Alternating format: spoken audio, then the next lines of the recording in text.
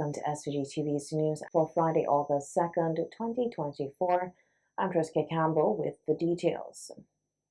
The Ministry of Health is reporting that St. Vincent and the Grenadines has an outbreak of dengue fever with 119 recorded cases for 2024.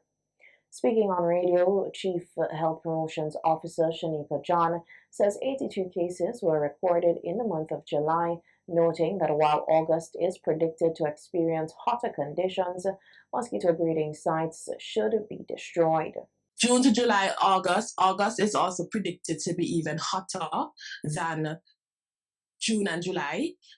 With hot conditions, we're in the hurricane season, still waters, little puddles here and there could also potentially be a breeding ground for mosquito. So these are ideal conditions because the weather pattern is changing so much for mosquito to become very rampant, so to speak. This means that we also have to take extra precautionary measures and take extra measures in ensuring that we're safe. So we already know the facts. We've been talking about this for weeks now. Dr. Brown did a very good presentation on signs and symptoms, what to expect, etc. We had Mr. Lynch last week who spoke about source reduction or vector control team. They're out in the field. But I think at this point, Carvin, we want to really stress homeowners to take all the necessary precautionary measures that you can. The Chief Health Promotions Officer is encouraging persons to be mindful of the clothes they wear and is advising persons to use mosquito repellents. So this means you have to go outside. You have to look in and around your surroundings and see if you have potential breeding sites and get rid of them. If you are at home during the day and you care for people who are at home, children, pregnant women, elderly persons with limited mobility and so forth, you want to ensure that they are also protected. So we're advocating for things like light clothing at this point, long, light clothing to keep them still cool and warm. And not warm, sorry. We're also advocating for the use of repellents during this time. Going back to the basic of just incorporating a bed net, whether it's for children, it's for the elderly, it's for adults, etc., just to ensure that you take all of the measures taken that you need to protect yourself. John further stated that the Kingston Health District has recorded numerous dengue fever cases, and with this in mind, she is asking persons at risk, such as pregnant women and the elderly, to take extra precautionary measures. Kingston Health District is really a place where a lot of persons would work back and forth, so forth, in terms of location. But in terms of residency, like where do you live, we're seeing cases within the Kingston Health District. So we still want persons to be mindful. And this is why the loose, light clothing would be recommended, even though it's extremely hot. And also, there is also a chance for you to wear repellent, especially if you are, for persons who are in a shelter, if you're in a home, if you work in Kingston area, you want to ideally be careful. But I want to note that even though we're seeing cases in Kingston, we're seeing cases across St. Vincent and the Grenadines. And this is part of the reason why we have ramped up our efforts in terms of education, public awareness. John reiterated the need for Vincentians to follow and adhere to all basic preventative measures to stop the spread of the vector-borne disease. It is estimated that St. Vincent and the Grenadines has incurred approximately $1 billion in damage due to climate change over the last 2 decades. This is according to Prime Minister Dr. Afghan Salves while giving an update on NBC Radio on Wednesday on the damage caused by the disaster since SVG gained independence. But since taking up leadership as Prime Minister for more than 20 years, the Prime Minister said weather patterns caused by climate change has become worse, which is costing the country millions of dollars. The 10 weather events, taking out COVID, taking out COVID, taking out the economic depression, taking out the volcano. Just the 10 weather events I'm talking about, from Lily in 2002 to Beryl in 2024. Colville, we have had in excess of $1 billion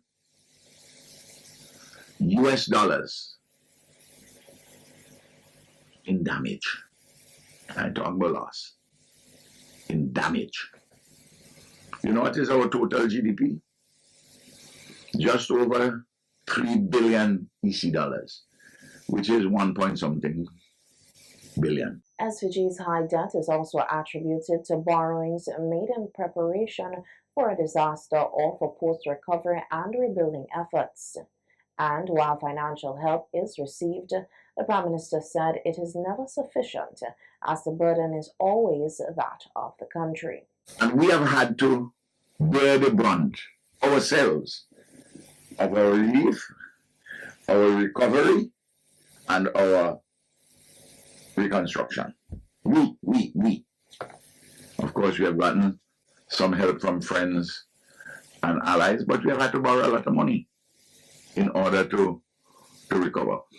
75% of our public debt now incurred has to do with preparing for natural disasters, dealing with natural disasters when they happen, and recovering and reconstructing after natural disasters. When there's a disaster, we're very happy for people to help us with the relief. This country will give 100,000 US. This one will give 200. Sometimes they give some money to Red Cross.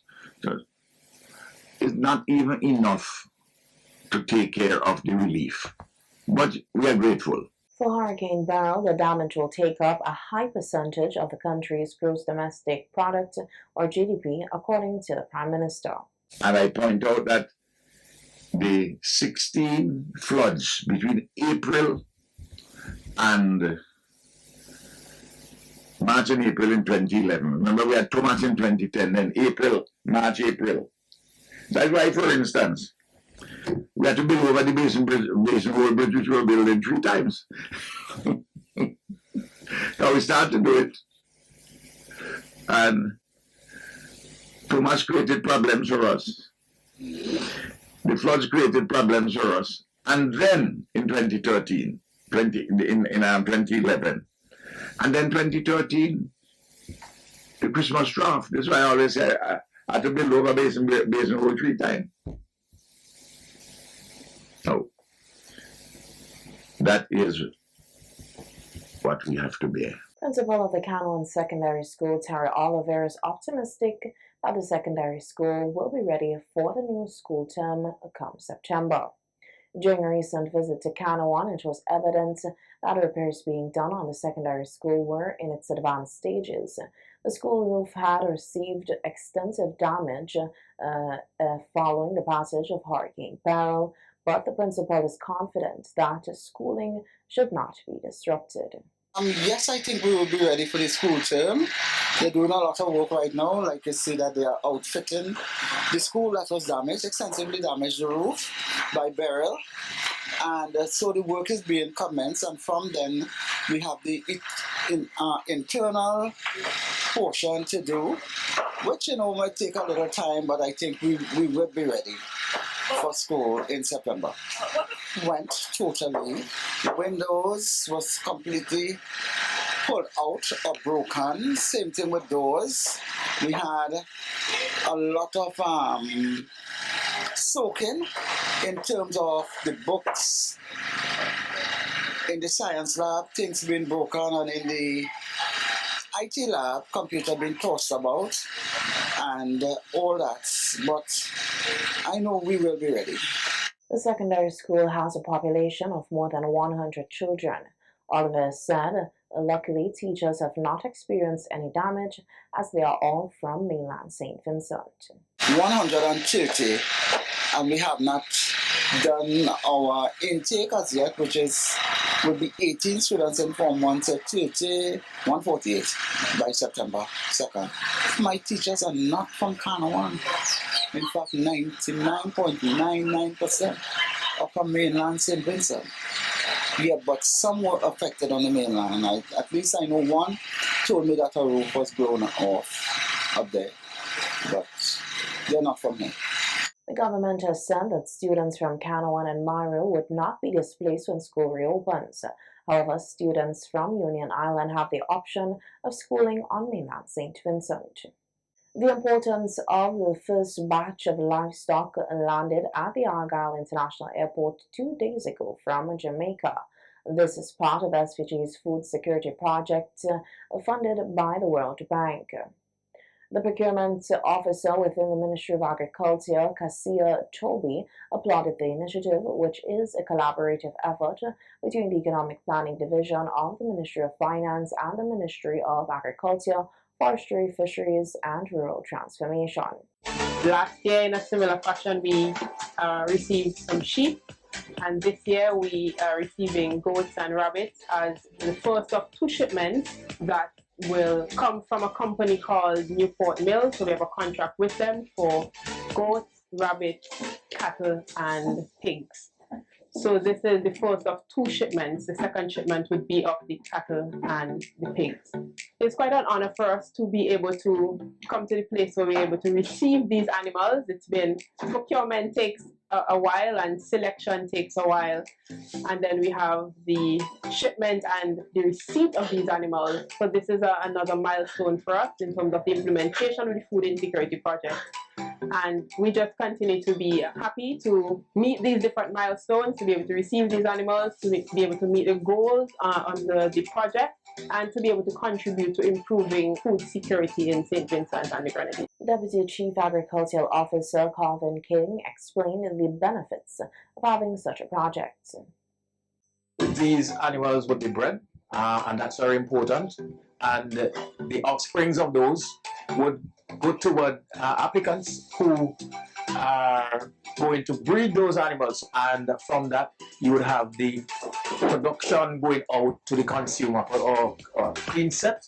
So it's important because for people who have been encountering in breeding or anything like that, this investment in the goats are important. Part of the food insecurity project would address artificial insemination. So while some farmers are going to receive live animals and weaners, what we are intending to do is to use semen from the males to breed the females that other persons may have, so that not everybody can get from 100 animals, but we can quickly meet most people's demand through artificial insemination. To celebrate Emancipation Month, the Rose Hall and Development Organization held a historical walk yesterday, August 1st, 2024. In an interview with SVG-TV News, the president of the Rose Hall Cultural and Development Organization, Selwyn Sully Patterson, said the walk was a way of connecting with the ancestors. He noted that the trail known as Planting Wharf holds significant history, which was developed through a grant by the Global Environment Facility, GEF. Given to the slaves after slavery was abolished to walk. So Rose Hall wasn't where it is now. Since 1889 there was a hurricane, so it blew the village from Jackhill and the people moved to Rose Hall. But the village was this side. So they give them this road to walk to Planting Wharf. So today we have taken that journey. But also the Garifuna used to walk on the other side.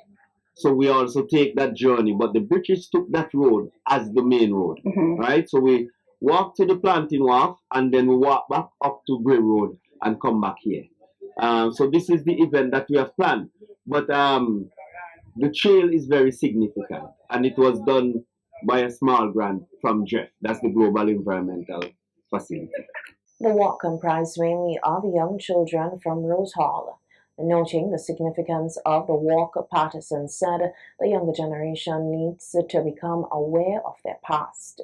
What we have accomplished is that we have the youths, them walking the steps that our ancestors have walked, and feel the energy and learn of the history, because they haven't learned about this in school. But so they're learning by doing. Right. And I guess that they have they are very happy now that they have walked this trail because they have seen the struggle that our foreparents have gone through.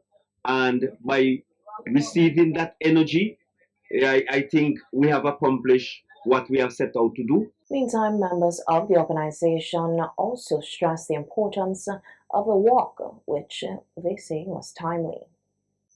Because Garvey stated a country or people without its culture doesn't have its roots. So we have to go back to the roots. We have to go back to know what we have in order for us to move forward. It's a very historic journey. We traveled 1.75 miles through the forest, through steep terrain, in order to appreciate what our foreparents went through, in order for us to appreciate the pressures that the black man faced in this part of the country. We did it, and it was significant to us because today we feel we are free, but if we don't trace our steps, then the freedom which we are enjoying doesn't really mean much. And today is a very significant day for us. The Rose Hall Cultural and Development Organization was funded in 2008 and is known for educating and preserving the cultural history of Rose Hall. In an effort to help rebuild SVG, the SVG Hotel and Tourism Authority, the SVG-TV, has initiated a plan of action for persons affected by the hurricane in the tourism sector.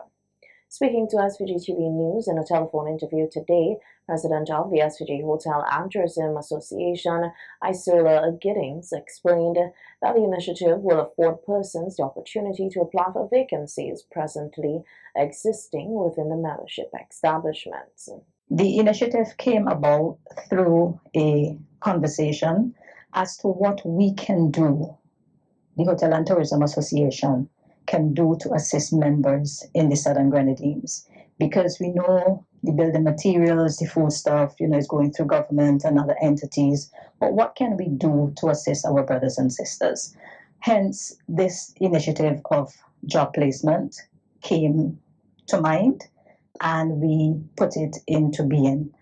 And we have several of our members who stated they have vacancies available. We now have persons who are interested in filling these vacancies. So we are working along with both entities to make sure that they receive the correct fit. And that is what this is about, one helping the other. In addition, the Ministry of Tourism has allocated $8 million for the tourism sector post-hurricane peril. In other news, the anticipated KCCU National Dance Festival is scheduled to begin in September and October 2024, spanning 4 weeks. Speaking at the opening of the 15th edition of the Dance Festival, Cledonna Peters, Dance Development Officer, stated that dance should be an inspiration for young people, suggesting that more young persons develop dance skills. The aim of our festival is to build a strong sense of the art form of dance and its possibilities, finding ways to develop individuals' creative ability and map out viable paths.